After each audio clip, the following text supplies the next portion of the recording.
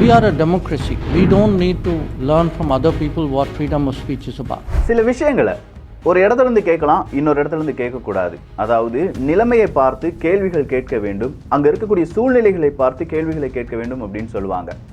இந்த கேள்வி ஒரு வெளியுறவுத்துறை அமைச்சர்கிட்ட கேட்குறாங்கன்னு வச்சுக்கோங்களேன். குறிப்பாக அவர் அமெரிக்காவில் இருக்காரு.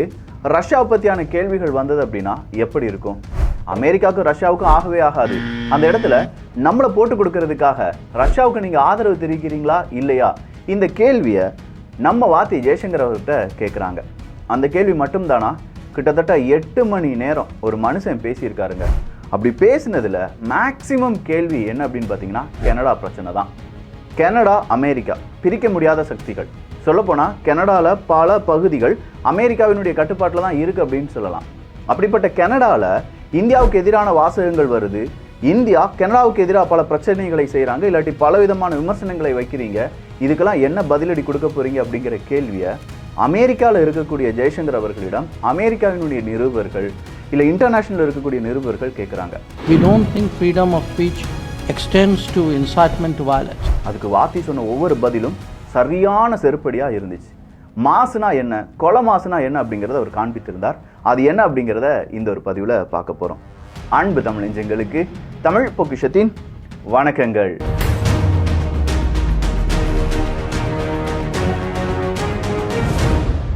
இந்த மாசு கொலை மாசு அப்படின்னு சொல்கிறதுக்கெலாம் ஜெய்சங்கர் அவர்கள் ஒர்த்தான மனுஷன் தாங்க.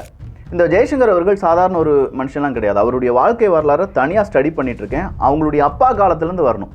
அவங்களுடைய அப்பா என்னெல்லாம் செஞ்சாங்க, ஜெய்சங்கர் அவர்கள் என்னெல்லாம் செஞ்சாங்க, அவங்களுடைய மனைவி ஜப்பான் நாட்டை சார்ந்தவங்க எப்படி வந்தாங்க, அதன் பிறகு இந்தியா ஜப்பானுடைய உறவில் என்னென்ன நல்ல மாற்றங்கள் வந்தது, இந்தியா ஜப்பான் உறவில் ஜெய்சங்கர் அவர்களுடைய முக்கியத்துவம் என்ன அப்படிங்கிறதெல்லாம் பல விதமாக பார்க்க வேண்டியதாக இருக்குது. அப்படிப்பட்ட ஜெய்சங்கர் அவர்கள் நேராக எங்கே போகிறாங்கன்னா அமெரிக்காவுக்கு போகிறாங்க. அமெரிக்காவோட போய் அங்கே இருக்கக்கூடிய இந்தியர்கள், அமெரிக்கா வாழ் இந்தியர்கள்லாம் இருப்பாங்கல்ல, அங்கே ஒரு ஈவெண்ட் அப்படிங்கிறத ஆர்கனைஸ் பண்ணுறாங்க. அந்த ஈவெண்ட்டினுடைய பெயர் கலர் ஆஃப் ஃப்ரெண்ட்ஷிப் என்பது தான். இந்த கலர்ஸ் ஆஃப் ஃப்ரெண்ட்ஷிப் அப்படிங்கிறதுல நிறைய இந்தியர்கள் இருக்காங்க. இந்தியாவை சேர்ந்தவர்கள், இந்தியாவுக்கு ரொம்ப ஆதரவு கொடுக்கக்கூடியவங்க இருக்கும்போது அதே மாதிரியான எதிர்ப்பும் இருக்கும்ல. ஒரு இடத்துல பாசிட்டிவ் இருந்துச்சுன்னா கண்டிப்பாக நெகட்டிவும் இருக்கும்ல.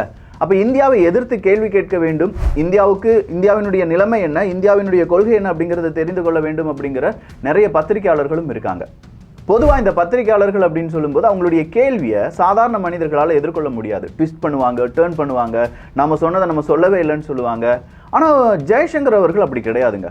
எந்த விதமான ஒரு எதிர்ப்பு வந்தாலும் சரி, பாகிஸ்தானுடைய நிருபரே வந்து கேள்வி கேட்டாலும் சரி, ஏன் பதில் இதுதாயா அப்படின்னு சொல்லிடுறார். அப்படி உங்களுடைய உறவில் இப்போ ரஷ்யாவுக்கு எதிராக நீங்கள் ஏதாவது நிலைப்பாடு எடுத்திருக்கீங்களா? ரஷ்யா இந்தியாவினுடைய உறவு எப்படி இருக்குது அப்படிங்கிற ஒரு கேள்வி கேட்கப்படுது. மனுஷன் நிற்கிறது அமெரிக்காவில். ரஷ்யா உக்ரைன் போர் பீக்கில் போயிட்டு இருக்கு. அது இல்லாமல் கனடா இந்தியாவினுடைய உறவில் விரிசல் வந்துருச்சு. இந்த நேரத்தில் ரஷ்யாவை பற்றியான கேள்வி வருது. அதுக்கு வாத்தி சொல்கிறார், 1940களில் ஸ்டாலின் அவர்கள் இருக்கும்போதெல்லாம் கொஞ்சம் சங்கடமாக தான் இருந்துச்சு. 1950க்கு பிறகு இந்தியா அதை சரியாக கையாண்டாங்க. 1950லேருந்து இன்னைக்கு வர இந்தியா ரஷ்யா உறவில் எந்த விதமான பிரச்சனையும் கிடையாது. சொல்லப்போனால் ஏறுமுகம் மட்டும்தான், இறங்கு முகம் இல்லை அப்படின்னு சொல்றார். Since the 50s actually there's been a very systematic mutual cultivation. Now that actually is such a powerful logic, at least in our part of the world. இதை சொல்லியிருந்தா நார்மல் ஒரு பர்சன் இவ்வளோதானே, எதுவுமே இல்லை அப்படின்னு சொல்லிட்டார். ஆனால் அவர் அதை சொல்லலை. அதுக்கு பிறகு அவர் என்ன சொல்றாருன்னா, இந்தியா ரஷ்யா உறவை நீங்கள் எப்படி கம்பேர் பண்ணுறீங்களோ, அமெரிக்கா ரஷ்யா உறவு, அமெரிக்கா சீனா உறவு, சீனா ரஷ்யா உறவு, இல்லை ரஷ்யா ஐரோப்பிய ஒன்றிய உறவு, இதிலெல்லாம் பலவிதமான ஏற்றத்தாழ்வுகள் வந்திருக்கு அப்படிங்கிறத இந்த உலகம் பார்த்திருக்கிறது. அப்படின்னா நேராக எங்கே பிடிக்கிறாரு? கிடுக்குப்பிடிய திருப்பி பிடிச்சு அமெரிக்கா ரஷ்யா உறவில் பல விரிசல்கள் வந்திருக்கு, ஆனால் அதை நீங்கள் சரி பண்ணி மறுபடியும் கொண்டு வந்திருக்கீங்க.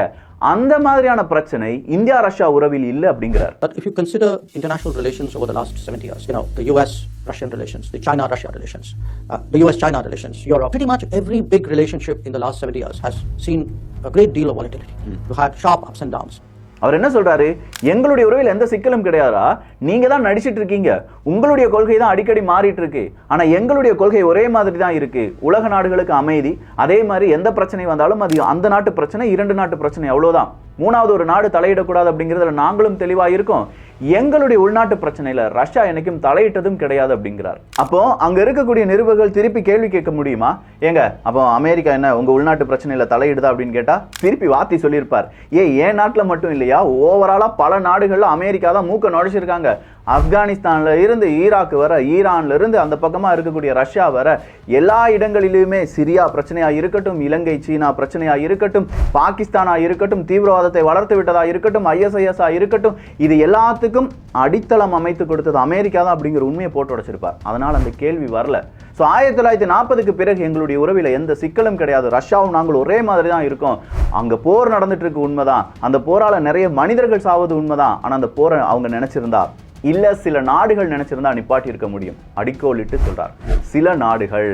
அப்போ அந்த இடத்துல மூணாவதா ஒரு நாடு உள்ள வந்துருச்சு, அதனாலதான் இந்த போர் நீண்டுகிட்டு போகுது, எங்களுக்குள்ள பிரச்சனை இல்லப்பா அப்படிங்கிறாரு.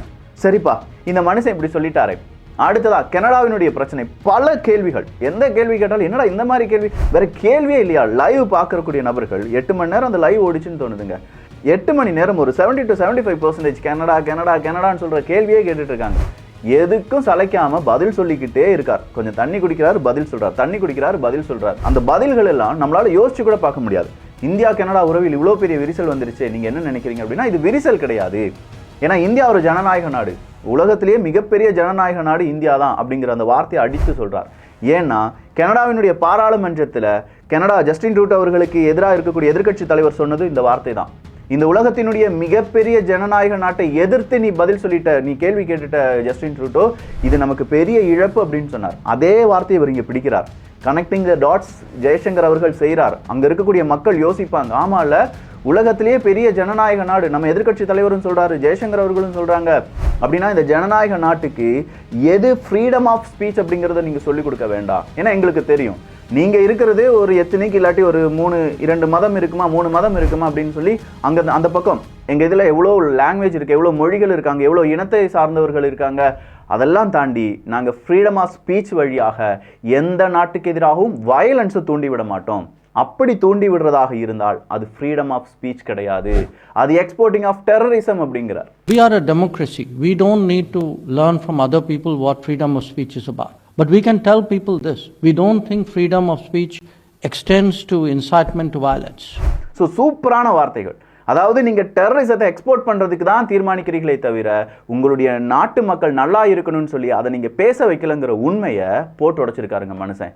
UNGA பேசினாரு, 78வது UNGA கமிட்டி நடக்குது, அதுல பேசினார், அதை நம்ம தமிழ்ல மொழிபெயர்த்தோம், செம ஹிட்டு, மனுஷன் வச்சு செஞ்சிருந்தாருன்னு சொல்லலாம்.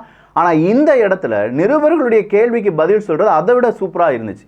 அப்படின்னா நீங்க இந்த கனடா இந்தியா உறவில் அடுத்ததான் நீங்க என்ன செய்ய போறீங்க அப்படின்னா, பேச்சுவார்த்தை நடந்துட்டு இருக்கு, நாங்கள் பேச்சுவார்த்தை செஞ்சுட்டு தான் இருக்கோம், எங்கள் கிட்ட இருக்கக்கூடிய எல்லா எவிடன்ஸையும் நாங்கள் அங்கே கொடுத்துட்டோம், அவங்கள எவிடன்ஸ் கேட்டால் தரமாட்டுக்காங்க. இந்த உண்மையை சொன்னவர் ஒரு நிருபர் கேட்குறார், அப்படின்னா இதை பற்றி நீங்கள் அமெரிக்காட்ட டிஸ்கஸ் பண்ணீங்களா அப்படின்னு கேட்கும்போது, இன்னொரு நாட்டை பற்றி ஏன் நான் இங்கே டிஸ்கஸ் பண்ணணும்னு கேட்டிருக்கலாம். வார்த்தை ஜெயசங்கர் அவர்கள் அந்த வார்த்தையை யூஸ் பண்ணியிருக்கலாம். ஆனால் அதுக்கு பதில் அவர் என்ன தெரியுமா சொன்னார், நாங்கள் discuss பண்ணணும்யா. Did we spend some time on it? Yes, I did spend some time. Did we discuss other things? Yes, we discussed other things. என் நேஷனல் செக்யூரிட்டி அட்வைசர்ட்டையும் அங்கே இருக்கக்கூடிய ஸ்டேட் செக்ரட்டரி கூட நான் டிஸ்கஸ் பண்ணேன். ஏன்னா அமெரிக்கா கனடாவினுடைய உறவு என்ன அப்படிங்கிறது எங்களுக்கு தெரியும், அங்கே என்ன நடந்துட்டு இருக்கு அப்படிங்கிறது தெரியும், எங்கே அடித்தா எங்கே வலிக்கும்னு தெரியும். அமெரிக்காட்ட நாங்கள் டிஸ்கஸ் பண்ணணும். இதை நான் சொல்கிறதுக்கு தயங்கவே இல்லை. எஸ் சொல்கிறதுக்கு நான் எஸ் சொல்லி தான் ஆவேன். நாங்கள் பேசுகிறது எல்லாமே டிரான்ஸ்பரண்ட் தான். இங்கே மறைத்து அங்கே இன்னொன்று பேசணும் அப்படிங்கிற எந்த விதமான எண்ணமும் இந்தியாவுக்கு கிடையாது. ஸோ இங்கே மறைத்து அங்கே ஒன்று பேசுகிறது இந்தியாவுக்கு கிடையாது. நாங்கள் பேசணும், அப்படி பேசும்போது அமெரிக்கா எங்களுடைய பாயிண்ட்ஸ் எல்லாம் அக்செப்ட் பண்ணிட்டாங்க அப்படிங்கிறாங்க. I want to be fair. You know, if something is discussed, I am transparent about it. I have no problem saying yes to discuss. சரி, அமெரிக்காட்டையும் இந்தியா பேசியது அப்படிங்கிற அடுத்த கேள்வி வரலாம். கனடாவினுடைய அந்த பிரச்சனை எழுப்பதற்கு முன்னாடி கனடாவினுடைய ஜஸ்டின் ட்ரூடோ அவர்கள் அமெரிக்காட்ட தான் இந்த விஷயத்தை ஃபர்ஸ்ட் சொல்லியிருக்கார். சொல்லப்போனால் 5 ஐஸ் அதை பற்றி டீட்டெயிலாக எக்ஸ்பிளைன் பண்ணிட்டோம்ல தமிழ் பட்சத்தில்.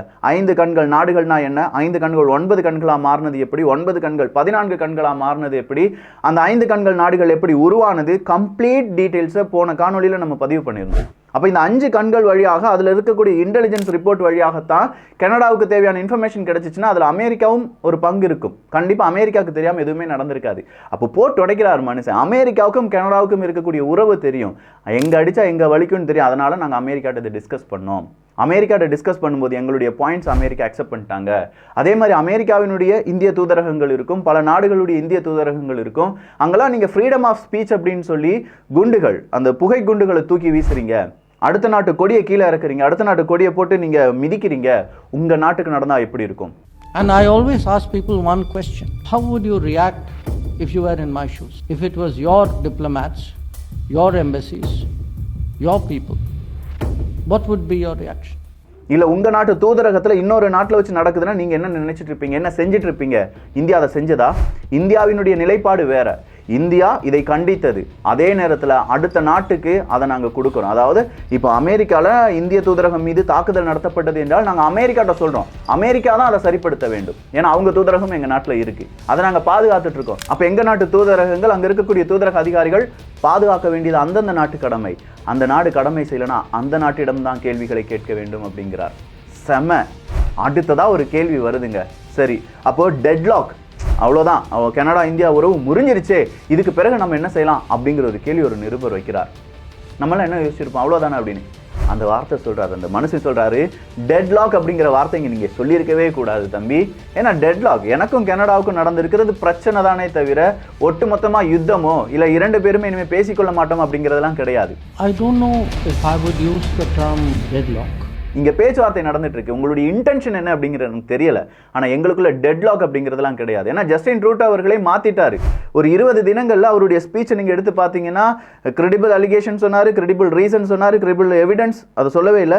அடுத்ததாக வந்துட்டு இல்லை இந்தியா வந்து ஒரு டெவலப்மெண்ட் ஆகக்கூடிய நல்ல நாடு, அங்கே வந்து ஜனநாயக நாடு, சூப்பராக இருக்குது, வளர்ச்சி அடைஞ்சிட்டு இருக்கு, அது கூட நாங்கள் நட்புறவை பேண வேண்டும் அப்படின்னு தான் நினச்சிட்டு இருக்கோம். முடிச்சிட்டார் மனுஷன். இங்கே அதே தான் சொல்கிறார். வார்த்தை ஜெய்சங்கர் அவர் சொல்கிறாரு, டெட்லாக் அப்படிங்கிற வார்த்தையை யூஸ் பண்ணாதீங்க. பேச்சுவார்த்தை நடந்துட்டு இருக்கு, அதில் நிறைய விஷயங்கள் போயிட்டு இருக்கு, நிறைய பேர் இன்வெஸ்டிகேஷன் பண்ணிட்டு இருக்காங்க, அங்கே அவங்க செய்யறது செய்யட்டும், எங்கள் நாட்டுக்கு தேவையான உரிமைகள் நாங்கள் வாங்கி தருவோம் அப்படின்னு சொல்லி முடிக்கிறார். அடுத்ததா இந்தியா அமெரிக்காவினுடைய உறவை பற்றியும் செம்மையாக சொன்னாருங்க. இந்தியா அமெரிக்காவினுடைய உறவு இதை நான் எப்படி ஸ்கேல் பண்ணணுன்னே தெரியல. ஏன்னா இவ்வளோ நாள் நாங்கள் பார்க்கும்போது ஒரு பார் இந்தியா அமெரிக்கா உறவில் இதுதான் நாங்கள் செய்யணும்னு நினைப்போம், ஆனால் அதை விட பெருசாக செஞ்சுருப்போம், மறுபடியும் அதை விட பெருசாக செஞ்சுருப்போம். இந்தியா அமெரிக்காவினுடைய உறவில் எந்த விதமான சிக்கலும் கிடையாது, வளர்ச்சி அடைஞ்சிக்கிட்டே இருக்கும். நிறைய டொமைன்ஸை நம்ம சூஸ் பண்ண நாங்கள் 2 பேரும் ஒன்றாக வேலை செய்து கொண்டிருக்கிறோம். இந்தியா அமெரிக்காவினுடைய உறவில் இது மிகப்பெரிய மைல்ஸ்டோனாக பார்க்கப்படுது. இப்போ சொல்லப்போனால் இந்த காலத்தில், இப்போ தேவைப்படுற காலத்தில் ரொம்ப சூப்பரான பார்ட்னர்ஸாக 2 பேரும் மாறிட்டு இருக்கோம் அப்படின்னு சொல்லி இந்தியா அமெரிக்காவினுடைய உறவையும் பிற நாடுகளுக்கு பறைசாற்றி விட்டார். ஒரு ஸ்பீச்சில் மனுஷனால் என்னென்ன சொல்ல முடியுமோ, என்னென்ன செய்ய முடியுமோ வச்சு செஞ்சுட்டார் மனுஷன் அப்படின்னு சொல்லலாம். இன்னும் நிறைய சொல்லியிருக்காரு.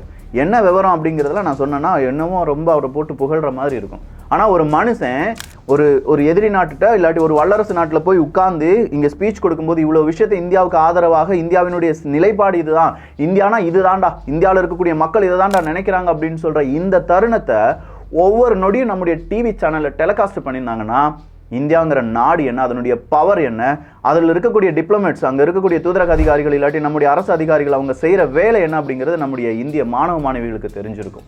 அவங்களுடைய கெத்து பல மடங்கு உயர்ந்திருக்கும். அவங்க அதை சோஷியல் மீடியாவில் போட்டிருந்தாங்கன்னா பிற நாட்டு மக்கள், மாணவர்கள் பார்க்கும்போதே இந்தியாவினுடைய அந்த வளர்ச்சியை பாருடா அப்படின்னு சொல்லி யோசிச்சிருப்பாங்க. ஆனால் நம்ம மீடியாக்கள் அதை காண்பிக்க, ஜெய்சங்கர் தமிழ் அப்படின்னு சொல்லி கூகுளில் சர்ச் பண்ணி பார்த்தா இவர் ஸ்பீச் பண்ணியிருக்காரு, 8 மணி நேரம் 7 மணி நேரம் ஸ்பீச் பண்ணியிருக்காரு, ஒரு பேராகிராஃபில் முடிச்சிடுறாங்க.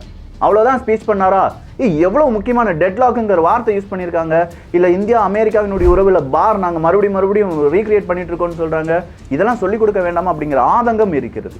அவர் ஸ்பீச் பண்ணார்னா கண்டிப்பாக அது தமிழ் பட்சத்தில் வரும். இது கண்டிப்பாக அவருக்கு ஆதரவான நிலைப்பாடு, அவரை தூக்கி வச்சு கொண்டாடணும்லாம் கிடையாது. இந்தியாவுக்காக ஒரு மனுஷன் பேசுகிறார், அந்த மனுஷன் பேசுகிறது தமிழில் நான் சொல்லுவேன். நீங்களும் அதை கேட்பீங்கன்னு நம்பிக்கை இருக்குது. கேட்டிங்கன்னா 4 பேர் கேட்கறதுக்கான அந்த வாய்ப்பையும் ஏற்படுத்துங்க. நம்மளை தவிர வேறு யாரும் இதை செய்ய மாட்டாங்க. டிபி ட்ரூப்ஸ் செஞ்சால் மட்டும்தான் உண்டு. நல்லதை பகிர்ந்து நல்ல சமுதாயத்தை உருவாக்குவோம். நன்றி, வணக்கம்.